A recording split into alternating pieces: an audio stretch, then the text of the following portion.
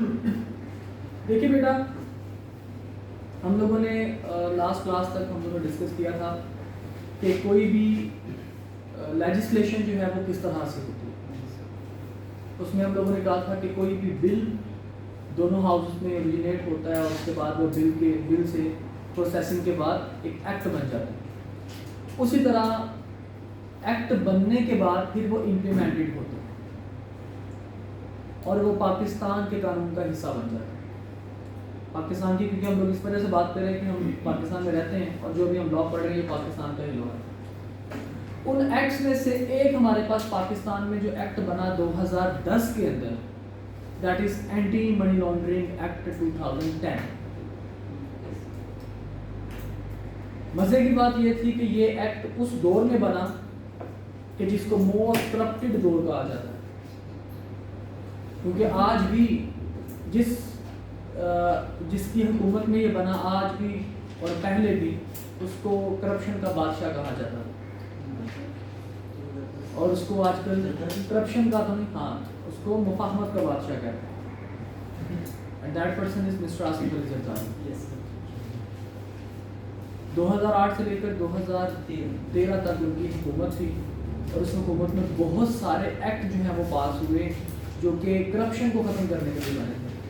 उनमें से एक एक्ट 2010 का एंटी मनी लॉन्ड्रिंग एक्ट था। मनी लॉन्ड्रिंग का मतलब, लॉन्ड्रिंग का सबसे पहले बेटा मतलब क्या होता है आपके पास? लॉन्ड्री का मतलब क्या है? लॉन्ड्री का मतलब होता है किसी चीज़ को साफ करना।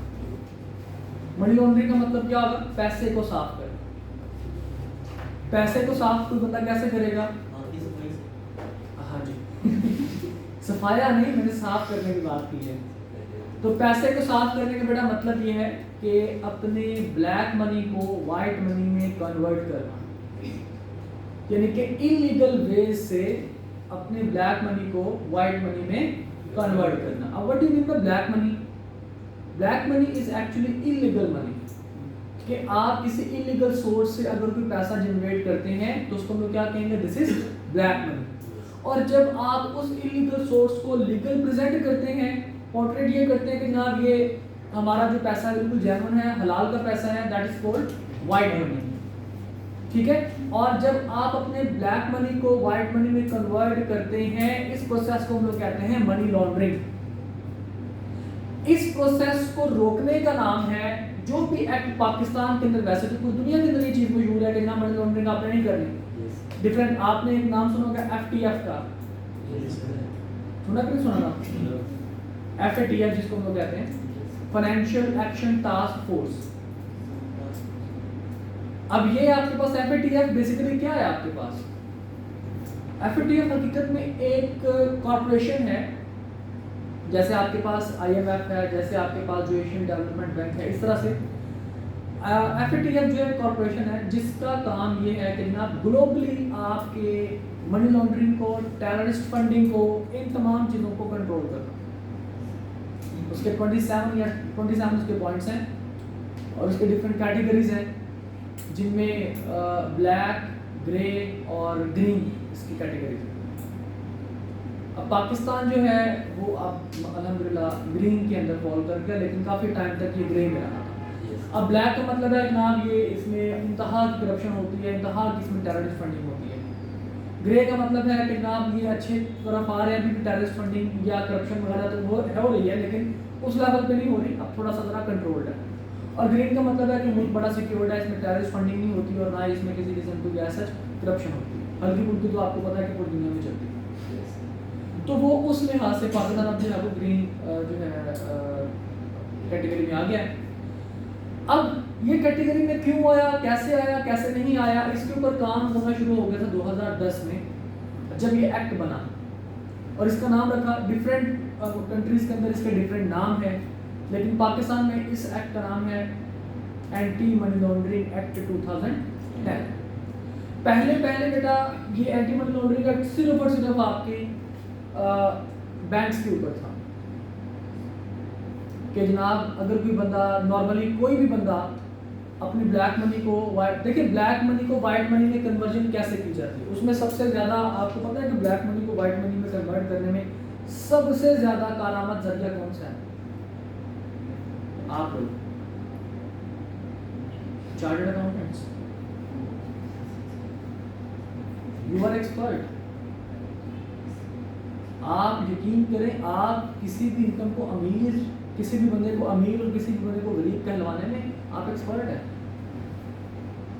आप किसी भी बंदे को ये कह दें कि भाई साहब कितने पैसे हैं आपके पास, कितना टैक्स देना चाहते हैं, क्या चाहते हैं कि ये पैसा कहाँ से शो करवाएं, वो आप करवाते हैं। वो जिनके पास पैसा है वो उतने पढ़े लिखे नहीं है, वो मेहनत नहीं करते।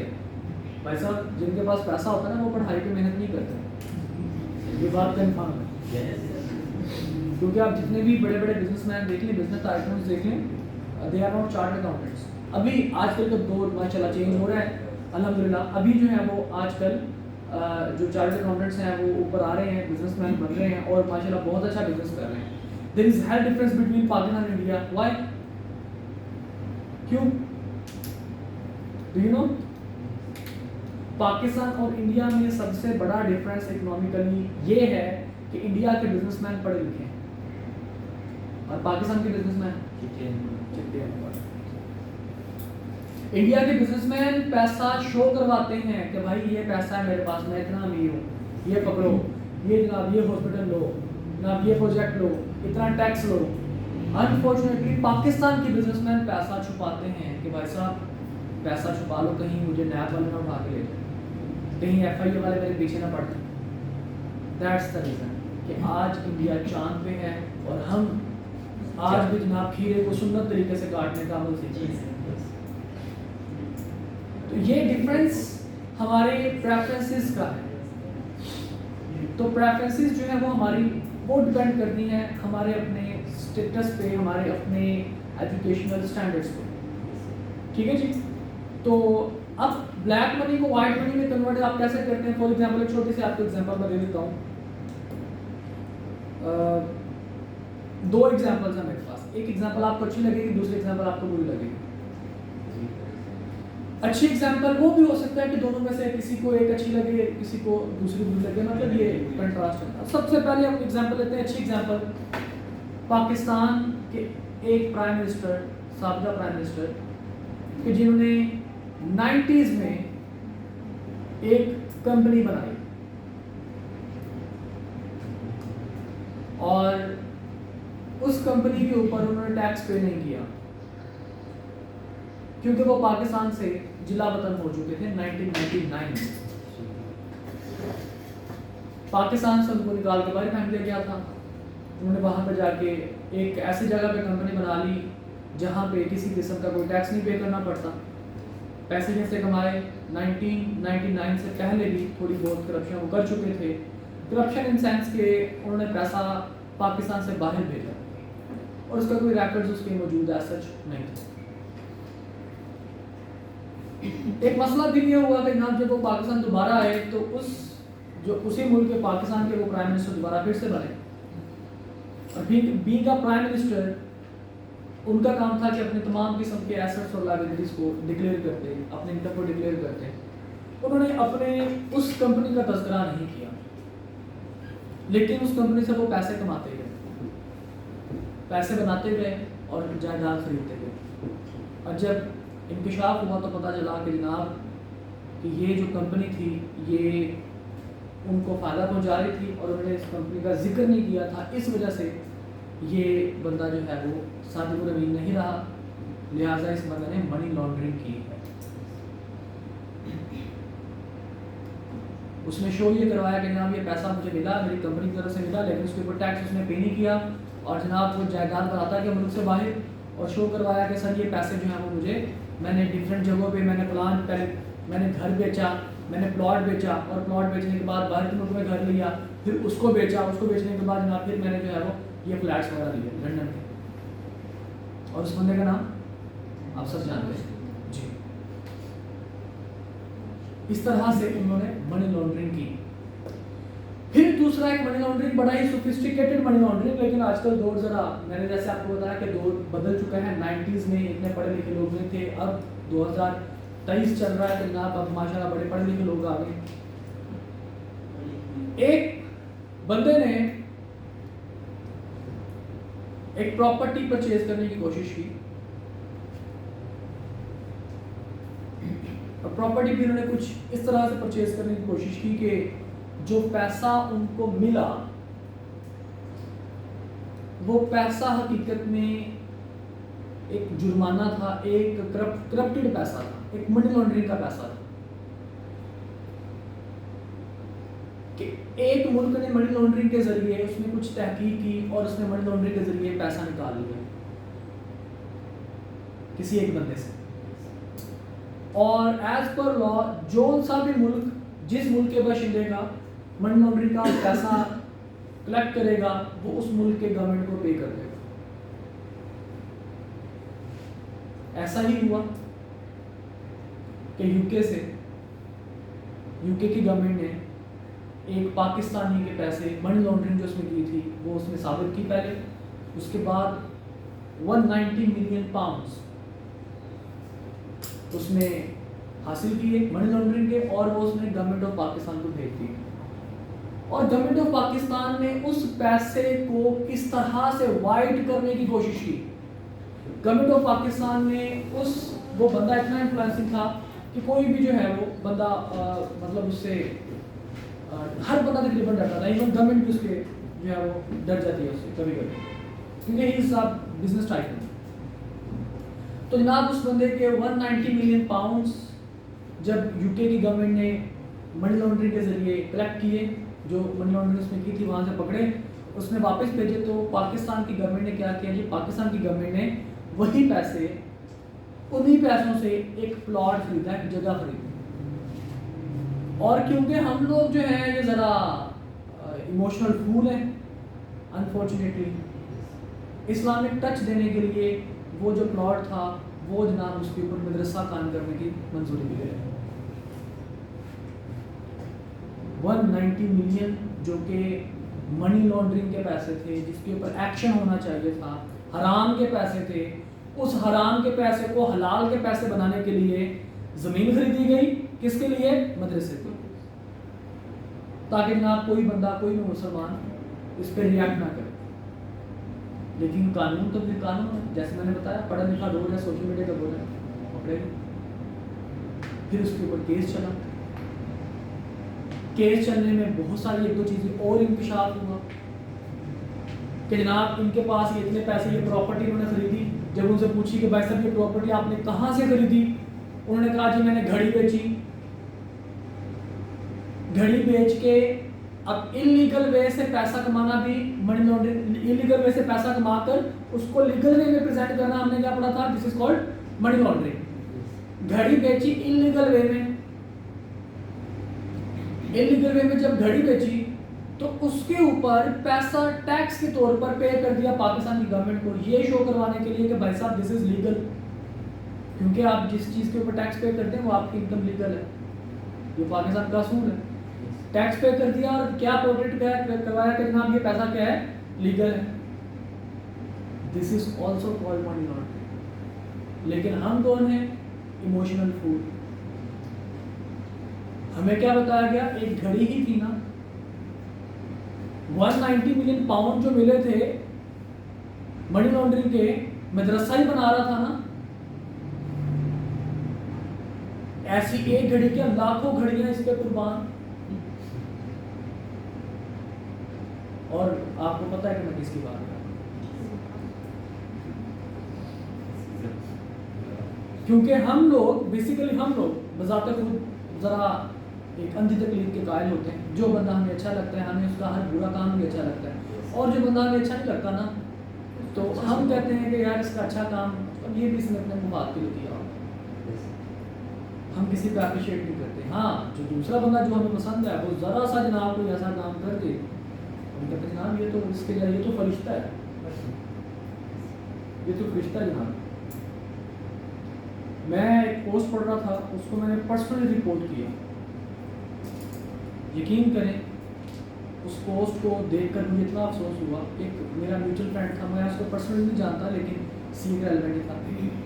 उस बंदे ने पोस्ट क्या की है जी, ठीक है आप किसी को पसंद करते हैं तो वो पसंद मतलब एक हद तक ठीक है, लेकिन आप उसको इतना लेवल पे ना ले जाएं कि आप उसको एक अनड्यू जो है वो स्टेज उसको दे दें। उसने क्या लिखा हुआ था जनाब, हजरत इमरान खान नियाजी रजी अल्लाह ताला कैन यू इमेजिन। तो खैर हम आते हैं जनाब हमारे। अब बेटा ये सारी की सारी बातें आपको बताने का मकसद क्या था? छोटा सा मकसद ये था सारी की सारी बातें बताने का कि मनी लॉन्ड्रिंग होती क्या है, मनी लॉन्ड्रिंग वर्क कैसे करती है और मनी लॉन्ड्रिंग में क्या कुछ शामिल है, कि हराम के पैसे का इस्तेमाल करना भी क्या है मनी लॉन्ड्रिंग, हलाल के पैसा शो करवाना किसको, हराम के पैसे को, इसको हम लोग क्या कहते हैं मनी लॉन्ड्रिंग। कि आपके पास पैसा आया करप्शन के जरिए, आपने रिश्वत ली, उस रिश्वत से जनाब आपने घर बनाया, घर बनाने के बाद ऊपर लिख दिया हाजा मिन फजले रबी, तो ये लिखने से वो हलाल नहीं हो जाएगा, वो फिर भी क्या रहेगा हराम ही रहेगा। समझे बात को? तो अब ये सारा कुछ this is called money laundering. Okay, तो बेटा मनी लॉन्ड्रिंग के बारे में जरा थोड़ा सा हम लोग पढ़ लेते हैं, उसके बाद थोड़ा सा मजीद जरा नीचे जाते हैं। कहते हैं जी money laundering is the illegal process of making amounts of money generated by a criminal activity such as drug trafficking, terrorist funding और आ टैक्स इवेजन। टैक्स इवेड करना भी हकीकत में क्या है मनी लॉन्ड्रिंग में आता है। टैक्स इवेड करने का मतलब होता है टैक्स छुपाना जानबूझ के, ठीक है जी। उसके बाद कहता है जी appear to have come from a legitimate source, यानी कि उसको ये शो करवाना कि जनाब ये legitimate source से हमने पैसा कमाया है। The money from the criminal activity is considered dirty and the process launders it to make it look clean। अब इसकी एग्जांपल देख लीजिए, मनी लॉन्ड्रिंग की एक छोटी सी एग्जांपल, बड़ी रिस्ट्रिक्ट एग्जांपल है। कहता जी a person is involved in money laundering if he has 5 million from smuggling and sale of illegal drugs and he ये आपके पास this is not money laundering, ये आपके पास इलीगल मनी है, ये ब्लैक मनी है कि स्मगलिंग करके आपने 50 लाख रुपए अर्न किए हैं। मनी लॉन्ड्रिंग क्या है? And he represents this money as being earned from his legitimate business of trading in used cars। जनाब इसने कहा जी मैंने यूज्ड कार के बिजनेस से पैसा कमाया। देखिए बेटा जो मनी लॉन्ड्रर्स होते हैं ना उनके पास दो तरह के सोर्सेज होते हैं अपने पैसे को वाइट करने के। नंबर 1 कि वो प्लॉट्स खरीदना शुरू कर देगा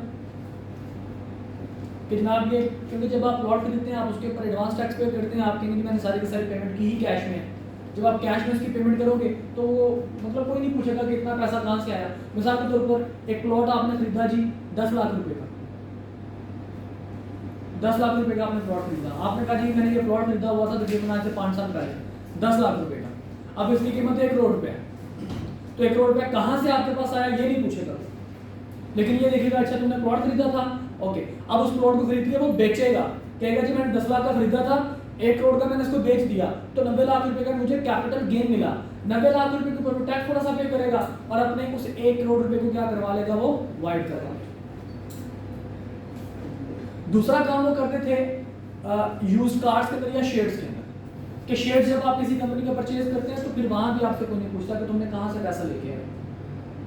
वो शेयर्स को परचेज करते हैं, काफ़ी सारे शेयर्स को परचेज करते हैं, ज़रा से पैसे बढ़ने पे वो सारे के सारे शेयर्स को बेच देते हैं और जैसे वो शेयर्स को बेचते हैं वो कैपिटल गेन टैक्स पे करते हैं और कहते हैं सर ये हमारा पैसा वाइट हो गया। ओके, तो ये डिफरेंट प्रोसेस है आपके पास। अच्छा बेटा अब anti money laundering AML laws are the rules of for business institution and even countries to eliminate money laundering and terrorist funding financing activities. Initially AML rules were implemented on the financial institution to control drug trafficking। अच्छा अब हमने क्या करना है, सिर्फ और सिर्फ banks के ऊपर जो है ये इम्प्लीमेंटेड था, अब तकरीबन हर चीज़ के ऊपर ये इम्प्लीमेंटेड है। फाइनेंशियल इंस्टीट्यूशन की डेफिनेशन में जो कुछ भी आता है ये सब के ऊपर इम्प्लीमेंटेड है। फाइनेंशियल इंस्टीट्यूशन के बेटा डेफिनेशन में क्या कुछ आएगा, ये 2-3 टाइम्स पहले फाइनेंशियल इंस्टीट्यूशन का पूछा गया था कि बताइए कि फाइनेंशियल इंस्टीट्यूशन में कौन कौन सी चीज़ें शामिल है। तो बेटा आपके माइंड में जो कुछ भी आ सकता है वो तमाम चीज़ें, वो तमाम प्लेटफॉर्म्स जहाँ पे पैसे का लेन देन होता है उसको हम लोग क्या कहते हैं फाइनेंशियल इंस्टीट्यूशन। अब आप देखे बगैर मुझे ज़रा बताइए कि आपके माइंड में कौन कौन सी ऐसी चीज़ें आ रही हैं जहाँ पे पैसे का लेन देन होता है जी। बैंक्स और कोई बोल रहा था यहाँ पे, बैंक्स ही बोला था, बैंक्स और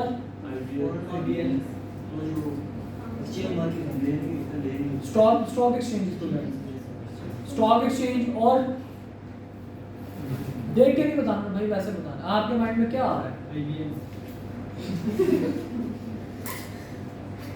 कंपनीज, ऑर्गेनाइजेशंस, आईबीएल तुम लोगों से पैसा बनाना शुरू करते ना बेटा, तो आईबीएल देगा आ जाएगा। अच्छा जी, और इसके अलावा जनाब स्टॉक एक्सचेंज आ गया, स्टॉक मार्केट आ गया, बैंक्स आ गए, और इसके अलावा जनाब अभी आपने बताया था, और किसने क्या बताया था, आईपीएल के अलावा कंपनीज आपने बताई थी, और जी हाउस बिल्डिंग फाइनेंस कॉर्पोरेशन, और बस यही कुछ माइंड में आएगा। इन्हीं में सिर्फ पैसा होता है। चलो देखते हैं जनाब किन किन में पैसा होता है। सबसे पहले कहते हैं जी एक्सेप्टेंस ऑफ फाइनेंशियल इंस्टीट्यूशन, वो तमाम लोग हैं जो ये वाले काम करते हैं। कौन से? Acceptance of deposits and other repayable funds from the public, यानी कि बैंक्स वगैरह जो लोगों को डिपॉजिट वगैरह एक्सेप्ट करते हैं, लोगों को पैसा अपने पास रखते हैं। लैंडिंग इन व्हाटसएवर फॉर्म, उसको कर्जा देते हैं। फाइनेंशियल लीजिंग, जो गाड़ियां या कोई एसेट लीज पे देते हैं। मनी और वैल्यू ट्रांसफर, जो पैसा ट्रांसफर करते हैं, मनी एक्सचेंजर होते हैं, वेस्टर्न यूनियन वगैरह जो पैसा ट्रांसफर करते हैं। फिर issuing and managing means of payments including but not limited to credit and debit cards, cheques, travellers cheques, money orders, bank draft and electronic money. कहते हैं वो तमाम लोग जो कि आपके जो पैसे हैं उनको ट्रांसफर करते हैं, उनको एक्सचेंज करते हैं, वो बैंक्स भी हो सकते हैं, बैंक्स के अलावा बहुत सारी चीज़ें। नॉट लिमिटेड का मतलब होता है कि सिर्फ उसमें ये कुछ शामिल है, इसके अलावा भी उसमें बहुत कुछ शामिल है। फिर कहते हैं जनाब आपके पास फाइनेंशियल गारंटीज एंड कमिटमेंट्स, ये फाइनेंशियल, आपको पता है कि फाइनेंशियल गारंटीज जो होती हैं, इनके भी लोग जो गारंटर्स होते हैं वो पैसे लेते हैं। गारंटर्स क्या करते हैं जी? पैसे लेते हैं। तो वो लोग भी हकीकत में हमारे पास क्या है? फाइनेंशियल इंस्टीट्यूशन है, अगर वो लोग एज बिजनेस काम कर रहे थे। फिर कहते हैं जी trading in money market instruments, foreign exchange, यानी कि जो डॉलर वगैरह का जो है वो अपने पास पैसा रख के उनको एक्सचेंज करते हैं। Transferable securities, exchange interest rate and index instruments, commodity future trading, यानी कि कॉन्ट्रैक्ट्स वगैरह। आपको आपके टीचर ने बताया होगा कि इकोनॉमिक्स के टीचर ने कि डिफरेंट कॉन्ट्रैक्ट्स होते हैं, डेरिवेटिव वगैरह जो बिकते हैं मार्केट्स के अंदर। तो जनाब वो उन्हीं की बात कर रहा है। उसके बाद कहता है जी participation in shares issues and premiums of services related to such issues, यानी कि जो शेयर्स की ट्रेडिंग वगैरह करते हैं, स्टॉक एक्सचेंज की बात कर रहे हैं।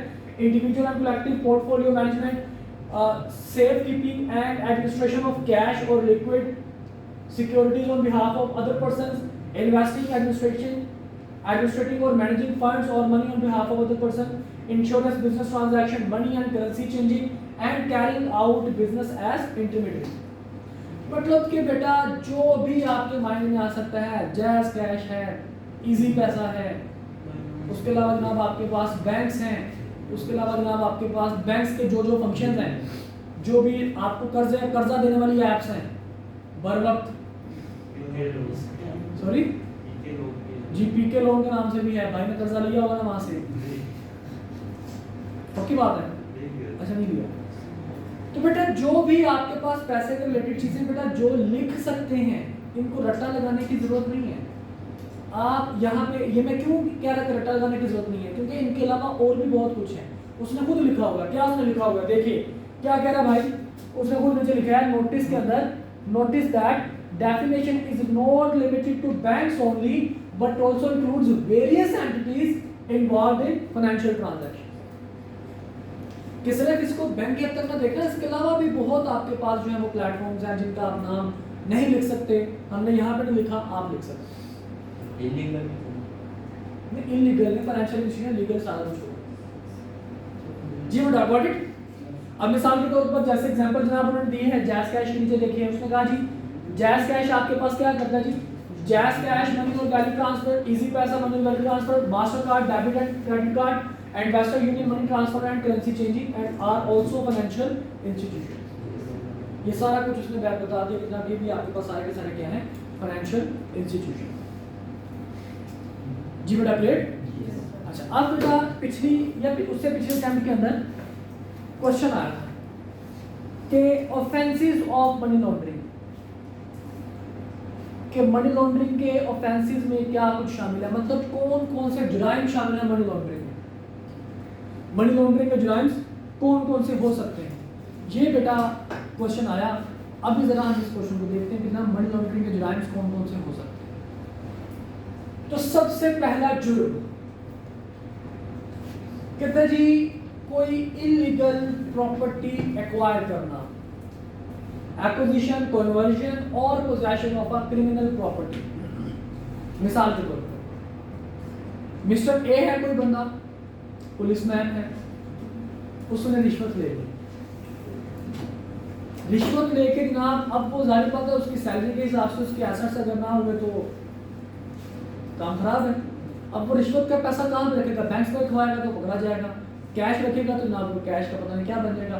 तो उस बंदे ने क्या किया, रिश्वत का पैसे से उसने एक घर खरीद लिया। अब रिश्वत का पैसा उसके लिए क्या है? इलीगल। उस इलीगल पैसे को छुपाने के लिए उसने क्या किया? घर खरीद लिया। यानी कि ये प्रॉपर्टी जो रिश्वत के पैसे से बनी वो प्रॉपर्टी भी क्या होगी? इलीगल प्रॉपर्टी होगी।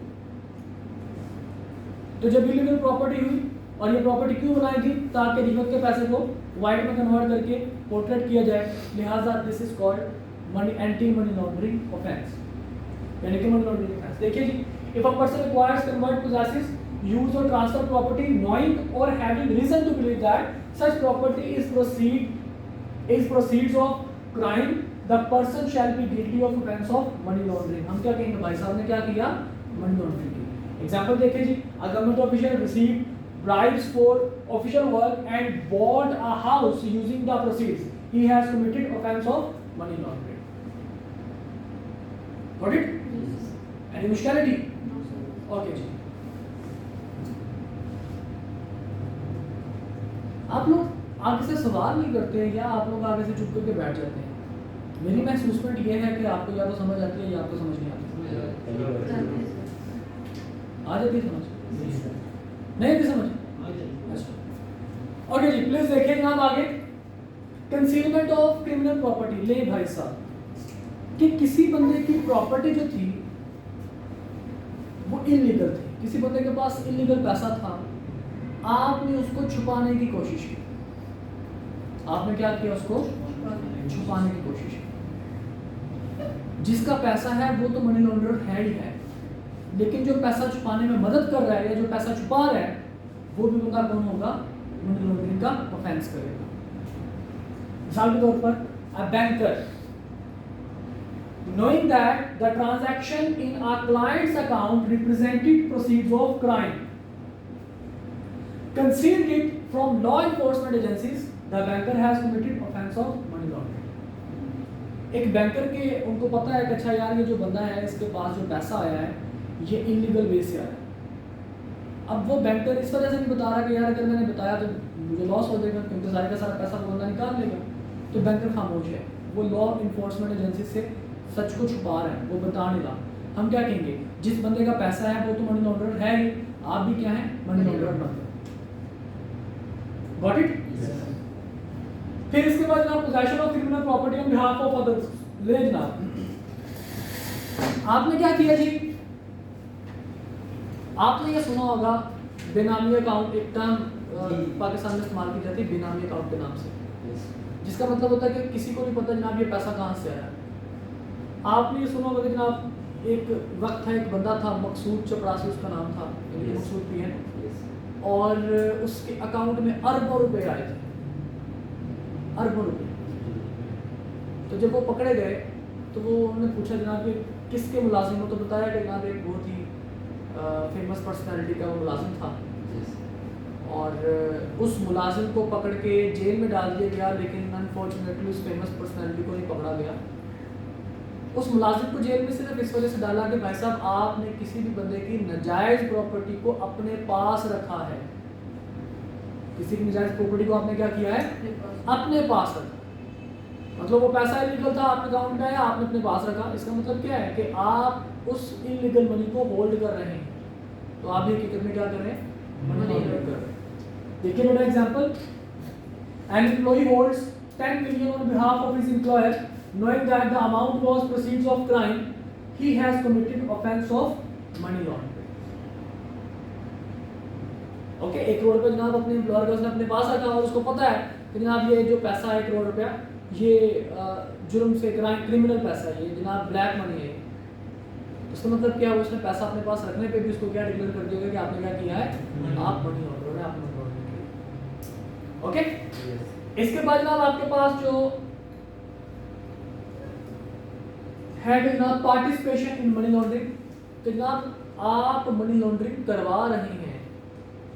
भाई साहब आप हैं चार्टर्ड अकाउंटेंट, एक बंदे ने आपको कहा कि भाई ऐसा है कि देख पैसा है तो सारा कुछ है, इतने साल तुमने सीए किया, क्या मतलब लाख लाख 2-2 लाख रुपए के लिए पूरा महीना धक्के खाते हो, 2-2 4-4 लाख रुपए के लिए। मैं तुम्हें एक ही ट्रांजैक्शन परफॉर्म करने के 10 करोड़ रुपए दूंगा, तो तुमने इतनी मेहनत की है, इसका कुछ फ़ायदा उठाओ। तुम्हारी सर्टिफिकेशन लाख से डिजर्व नहीं करती, करोड़ से डिजर्व करती। आपने कहा कि जनाब बात ठीक है। उसने कहा जी ऐसा है कि मेरा 100 करोड़ का मेरा जो है वो ब्लैक का पैसा है, तुम्हारे लिए ये मसला ही कोई नहीं है, इसको जनाब ऐसे मोल्ड करो कि ये मेरा पैसा जो है ये वाइट मनी कन्वर्ट हो जाए, मैं आपको 10 करोड़ रुपये दे दूँगा। आपने कहा ओके, आपने उसके पैसे को वाइट मनी में कन्वर्ट कर दिया। कैसे? टैक्स आपने पे करवा दिए, आपने कहा वहाँ पे इन्वेस्ट कर दो, वहाँ पे, मतलब आप साथ दे रहे हैं, आप पार्टिसिपेशन कर रहे हैं किसमें? पैसे को लॉन्ड्रिंग करने में, मनी लॉन्ड्रिंग करने में। तो आप भी क्या कर रहे हैं हकीकत में? मनी लॉन्ड्रिंग कर रहे हैं। देखिएगा, an accountant advised one of his client to conceal criminal property. अपने क्लाइंट को क्या कहा? भाई साहब ये क्रिमिनल प्रॉपर्टी जो है ना वो छुपा लो। किस तरह से छुपाओ? उसका आइडिया भी उसने दे दिया। And facilitated for such concealment he has committed offence of money laundering. Got it? क्या बेटा रिश्वत में नहीं आ गई, आपकी सर्विस फी होती है। ये से लग रहा है उससे दाम खुद ही कहते हैं, हम बाद में पैसे कहते हैं कि दे दो। देखो बेटा, जो परफेक्शनल फीस होती है कभी रिश्वत में नहीं आती, ये आपकी सर्विस फी होती है। और सर्विस फी जो है वो आप पे डिपेंड करता है, आप कितनी भी ले सकते हैं सर्विस फी। अब फॉर एग्जांपल हम जब अपने क्लाइंट्स की रिटर्न फाइल करते हैं तो अक्सर मेरे दोस्त या मेरे क्लाइंट्स रिकॉर्ड तो हाँ जब मेरे से कहते नहीं मैं भाई साहब मैं सारा कुछ काम डिजिटल करता हूँ, तो अब जो भी मतलब क्लाइंट्स या दोस्तों की, आपको पता है कि ये अभी फिलहाल इंडिविजुअल्स की रिटर्न्स का टाइम है 30 सितंबर तक, फिर 31 दिसंबर तक जो होगा वो कंपनीज के रिटर्न का जो है वो टेन्योर आ जाएगा। तो अभी इंडिविजुअल की रिटर्न हम लोग फाइल करते हैं, तो जो बड़े बिजनेसमैन हैं जिनके पास बड़ा बिजनेस है वो हमें कहते हैं कि अच्छा यार हमारी रिटर्न फाइल कर दो। तो आपको पता है कि हम पैसे कैसे चार्ज करते हैं उनसे? हम कहते हैं अच्छा ऐसा करो, अपनी डिटेल्स भेजो, बैंक डिटेल्स भेजो और अपना अकाउंट्स की हमें डिटेल भेजो कि आपकी कितनी सेल्स, कितना रेवेन्यू आपका होगा। तो वो अपनी बैंक हमें अपनी बैंक डिटेल्स भेजते हैं, हम वहाँ से अंदाज़ा कर लेते हैं कि इसकी कितनी कम से कम इसकी कितनी टैक्स लायबिलिटी बनेगी। फिर हम उसको कहते हैं कि भाई साहब ऐसा है कि अब फीस जितना हम आपका टैक्स बचाएंगे उसका 50% हमारा।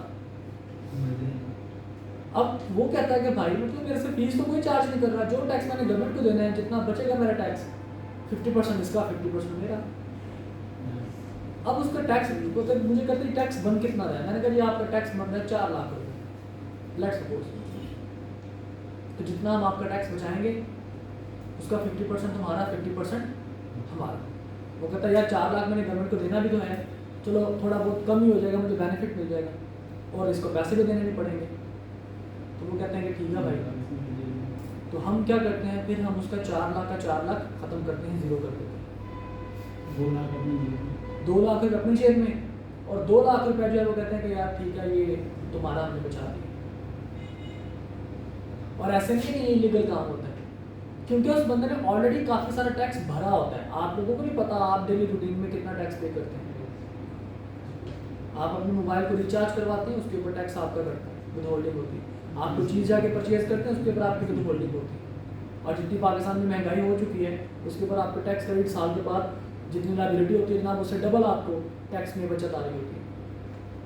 तो ये सारा कुछ करने के बाद जनाब फिर हम अपने क्लाइंट्स, और अब जब हमें पता हो कि क्लाइंट छोटा सा है, मतलब उसका टैक्स तकरीबन कोई 7-8 हज़ार का बनेगा, हम उसको क्या कहते हैं? भाई साहब ऐसा कि तुम्हारा टैक्स तो 4-5 हज़ार रुपये का बनना है, लेकिन हमारी फीस जो है तकरीबन 10,000 रुपये, 20,000 रुपये हमारी फीस है। तो उससे फिर हम इस तरह से फीस डिसाइड कर लेंगे, जहाँ हमें पता चले कि जहाँ क्लाइंट हैवी है, थोड़ा सा अच्छा है, उससे जितना टैक्स बचाएंगे उसका परसेंटेज हम ले लेते हैं। तो ये सारा कुछ ये हमारी फीस होती है, ये हमारे सर्विस चार्जेस होते हैं, वो हम कितने भी चार्ज कर सकते हैं। Okay, this is not called रिश्वत। ओके ओके, ये बेटा यहाँ तक मसलन साहब कल इंशाल्लाह यहीं से हम लोग कंटिन्यू करेंगे। अगर किसी का कोई सवाल है तो मेरे से पूछ सकते हैं। No questions? इतना अच्छा समझाता हूँ मैं।